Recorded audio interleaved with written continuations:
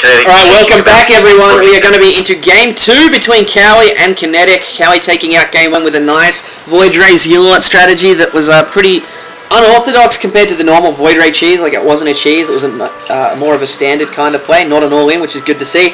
We are going to be on Zelnaga Caverns on Game 2. It is going to be me, Unstable, and T-Gun joining me today. Zelnaga Caverns, what are we going to see from Kinetic this time, mate? If he's looked at Kowi's strategy from the first game and adapted to it, we'll probably see, instead of an early 2 Marauder, 1 Marine push, maybe an early 2 Racks and no add-on into Marine Marauder. He needed more Marines to hold off that push, but he was going a bit too Marauder heavy. I guess he was expecting a 4-gate from Kowi, who, as I've been told, does 4-gate a fair bit, but just coming up short, pretty much a build order loss there. Yeah, that was kind of frustrating. Kinetic did make a tiny little bit of a mistake by not looking into the base. Like, he did poke up that ramp, but didn't actually do anything with those 2 Marauders. He actually could have taken out quite a lot and delayed that push quite effectively. So hopefully we see some kind of difference in it for him. If anyone is lagging on the stream and you're from Australia, refresh the stream because Ustream has crappy nodes to us.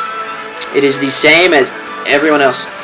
There's like 1 Australian node and the rest are just like, well... Well, I will hopefully be moving to owned.tv as soon as the chat function gets implemented, but let's see how that goes. The same build orders coming out for both of these players from the very beginning. It's just standard openers, neither of them too,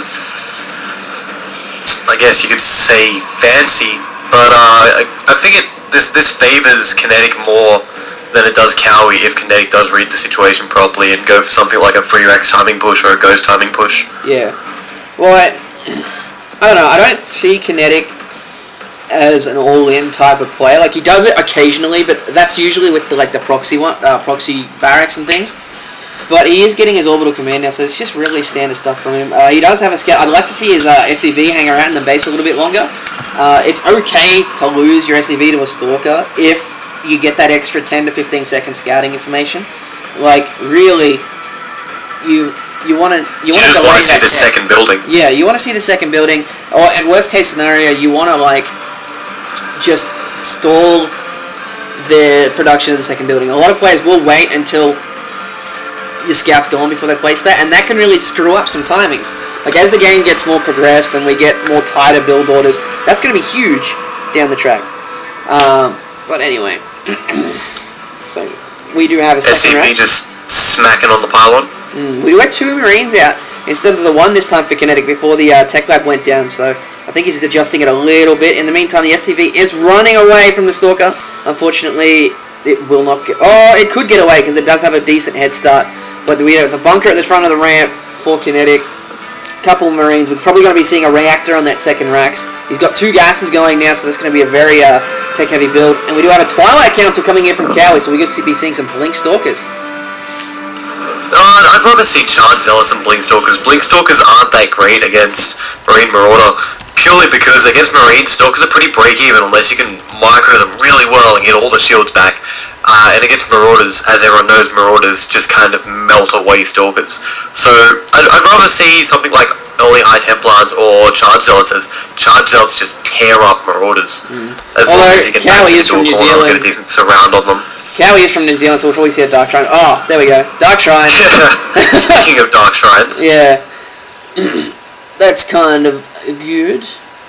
But really, Kinetic does have an out for this. Like, he's getting the Ghost. A lot of people don't realize that you can actually EMP the DTs and they become visible for a second, and if you have enough Marines surrounding it, you can actually snipe them pretty quickly. But really, and he's getting a Forge as well. So he's probably going to go for DT Harass into an expand right here. I like the fact that he's got that proxy pylon up on the side. It's like not in an obvious position. So it's, yeah. As I say that, Kinetic is checking around this back of these trees, and he's putting himself to fire depot because he's probably going to think a proxy pylon is coming.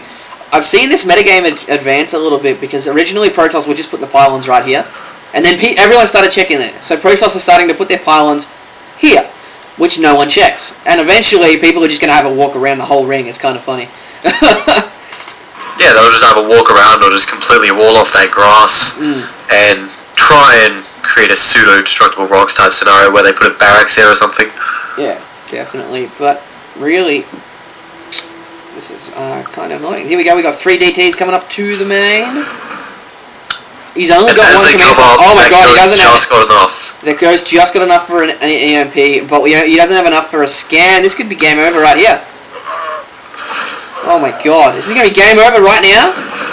Jesus, learn to scout, man. Wow, I really think that's just a terribly early GG. Yeah. What? I mean, fair enough, he doesn't have an NG base, so these DTs are going to be hell for a bit. But all you have to do is pull an SCV, build an NG bay right there, get an EMP off, and then, you know, he'll try and run away for the duration of the EMP, and then you have enough for a scan and you're alright.